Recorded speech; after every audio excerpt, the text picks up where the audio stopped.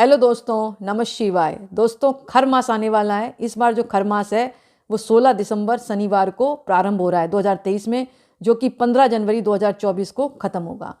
तो दोस्तों, पहले तो मैं ये बताऊंगी कि खर मास है क्या। शास्त्रों के मुताबिक सूर्य जब बृहस्पति की राशि धनु और मीन राशि में प्रवेश करते हैं तो इस दौरान वह अपने गुरु की सेवा में रहते हैं। ऐसे में सूर्य का प्रभाव कम हो जाता है। साथ ही सूर्य की वजह से गुरु ग्रह का बल भी कमजोर हो जाता है और शुभ कार्य के लिए इन दोनों ग्रहों की मजबूत होना जरूरी होता है। इसी वजह से मांगलिक कार्य नहीं होते, क्योंकि अच्छा नहीं माना जाता। अब क्या नहीं करना चाहिए? विवाह है, सगाई है, ये कार्य बिल्कुल ना करें। ऐसा कहा जाता है अगर ऐसे समय में विवाह सगाई होती हैं तो दाम्पत्य जीवन में परेशानियां आती हैं, वैवाहिक सुख नहीं मिलता। नया घर प्रवेश कर रहे हैं तो नए घर में प्रवेश ना करें, इससे वास्तु दोष लगता है। शास्त्रों की बात नहीं, नए व्यापार की शुरुआत ना करें, इससे सफलता नहीं मिलती।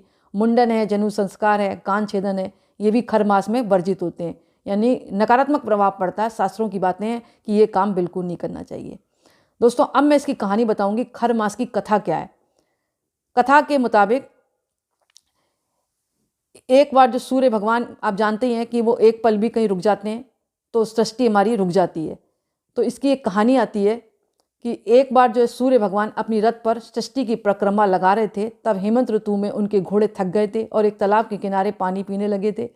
तो सूर्य भगवान वहीं रुक गए, जिससे सूर्य की गति धीमी हो गई। सूर्यदेव जानते थे कि अगर वो एक क्षण भी रुक जाएंगे तो संसार में संकट पैदा हो जाएगा।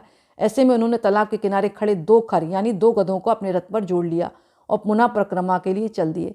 गधे चलने में घोड़ों की बराबरी तो नहीं कर पा सकते थे, यानी जो घोड़े थे, वो जो गधे थे ना, वो घोड़े की बराबरी तो नहीं कर सकते थे। घोड़ा दौड़ता है, गधा धीमे धीमे चलता है। इसकी वजह से सूर्य की गति धीमी हो गई। पूरे 1 माह तक सूर्यदेव गधों के रथ पर ही सवार थे, इसलिए इसको खर मास कहा जाता है। खर का मतलब होता है गधे, गधे का महीना, इसीलिए खर मास कहा जाता है और इसीलिए शुभ कार्य इसमें वर्जित होते हैं। दोस्तों, ये बात तो हो गई खर मास की कथा की। अब इसमें क्या करना चाहिए? सर्वप्रथम तो सूर्य नारायण की आराधना करनी चाहिए, उनको मतलब जल चढ़ाना चाहिए। कोई भी उनका मंत्र आता हो, ओम गृहिणी सूर्याय नमः, ओम आदित्य नमः, जो भी आपको मंत्र आता है उनको अर्घ दो, रोज दें, रोली डालकर, लाल फूल डालकर। और इसके साथ साथ आप सूर्य चालीसा का पाठ कर सकते हैं, आदित्य स्रोत का पाठ कर सकते हैं।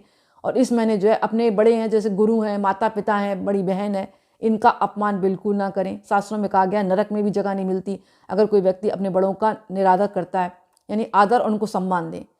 अगर आपके दरवाजे पर कोई भिखमंगा आया तो आपके पास जरूरी नहीं आपके पास बहुत सारा सामान है उसको दान दे दें, लेकिन कुछ तो दान दे सकते हैं। चाय पानी पिला दें, बिस्कुट का पैकेट दे दें, फल फ्रूट दे दें या ओढ़ने का कोई सामान दे दें क्योंकि सर्दी लग गई है। तो इन बातों का आप विशेष ध्यान रखें और सूर्य भगवान की और भगवान विष्णु की और माँ लक्ष्मी की विधिवत पूजा करके कनकधारा स्रोत का पाठ करें, विष्णु चालीसा का पाठ करें, विष्णु सहस्रनाम का भी पाठ कर सकते हैं क्योंकि सूर्य को नारायण भी बोला जाता है। पूरा महीना जो है सूर्य की आराधना का माना जाता है।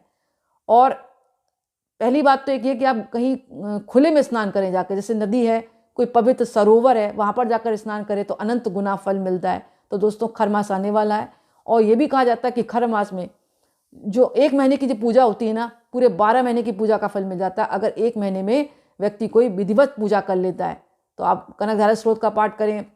इसके साथ साथ जो आपकी लक्ष्मी जी का कोई भी मंत्र आता है उनका भी आप जाप कर सकते हैं और लक्ष्मी चालीसा पढ़ सकते हैं। तो आपको विष्णु भगवान की, लक्ष्मी माँ की और सूर्य की आराधना आप विधिवत पूरे महीने अच्छी तरह करें। पीपल के पेड़ पर दिया जलाएं, बरगद के पेड़ के पास दिया जलाएं, केले के पेड़ के पास दिया जलाएं और उनको मीठा जल हल्दी डालकर मतलब चढ़ाएं, क्योंकि इनमें सब में भी विष्णु का निवास होता है। तुलसी की पूजा करें, यानी पूरा महीना जो है जप तप आराधना कथा सुनने का है। तो आप इसका सेलिब्रेट करें खर मास का, क्योंकि ऐसा महीना पवित्र महीना माना गया है। इसमें शुभ कार्य तो वर्जित होते हैं लेकिन पूजा पाठ आप कर सकते हैं, उसका अनंत गुना फल मिलता है। तो दोस्तों, आज का वीडियो मैं ही समाप्त करती। पसंद आए तो लाइक करें, दूसरों को भी शेयर करें और कमेंट्स में नमः शिवाय जरूर लिखें। बहुत बहुत धन्यवाद।